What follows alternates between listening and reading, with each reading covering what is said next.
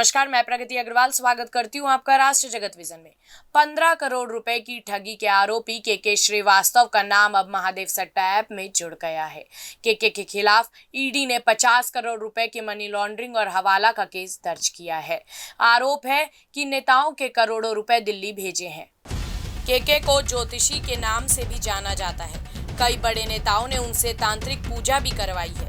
के श्रीवास्तव के खिलाफ कुछ दिन पहले धोखाधड़ी की शिकायत भी दर्ज हुई थी। उन पर स्मार्ट सिटी में 500 करोड़ रुपए का प्रोजेक्ट दिलाने का झांसा देकर एक बिल्डर से पैसे ऐंठने का आरोप है।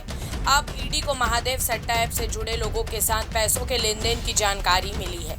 फिलहाल ईडी इसकी जांच कर रही है। के श्रीवास्तव को रावत एसोसिएट से जो फंड मिले वो एरोजेट एंटरप्राइजेज को भेजे गए थे, जो कोलकाता स्थित मजेस्टिक कमर्शियल से जुड़ा हुआ है। महादेव बैटिंग ऐप से भी संबंधित है। फॉरेंसिक ऑडिट में के श्रीवास्तव के मनी लॉन्ड्रिंग नेटवर्क में जुड़े होने की बात सामने आई है। सूत्रों के मुताबिक ईडी महादेव सट्टा ऐप मामले में जेल में बंद आरोपियों से भी के श्रीवास्तव को लेकर पूछताछ कर सकती है। श्रीवास्तव पर आरोप है कि वह नेताओं के पैसों को मैनेज करता था। उसने नेताओं की काली कमाई को वाइट किया है। ईडी को प्रारंभिक जांच में इसके प्रमाण मिले हैं।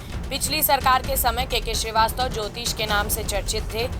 कई नेता उससे पूजा पाठ करवा चुके हैं। साथ ही वो कई नेताओं के लिए ब्लैक मनी खपाने के लिए खातों की व्यवस्था करता था। तेलीबांधा पुलिस को खातों की जांच के दौरान 300 करोड़ का ट्रांजैक्शन मिला है। उसके पास 400 करोड़ से ज्यादा की कैश होने की भी सूचना है। इसे उसने कहीं छिपा दिया है। अफसरों और नेताओं से करीबी का फायदा उठाकर ही उसने यूपी के रावत एसोसिएट के मालिक अर्जुन रावत को झांसे में लिया। अर्जुन रावत को नवा रायपुर में 500 करोड़ का प्रोजेक्ट दिलाने के नाम पर उससे पैसे लिए। श्रीवास्तव ने पैसे लेने के बाद भी ना कारोबारी को प्रोजेक्ट दिलाया, ना ही पैसे लौटाए।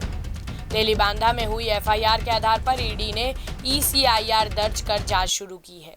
फिलहाल इस खबर पे इतना ही। अपडेटेड रहने के लिए देखते रहिए राष्ट्र जगत विजन न्यूज। चैनल को लाइक करें, सब्सक्राइब करें, शेयर करें। नोटिफिकेशन के लिए बेल आइकन दबाना ना भूलें। नमस्कार।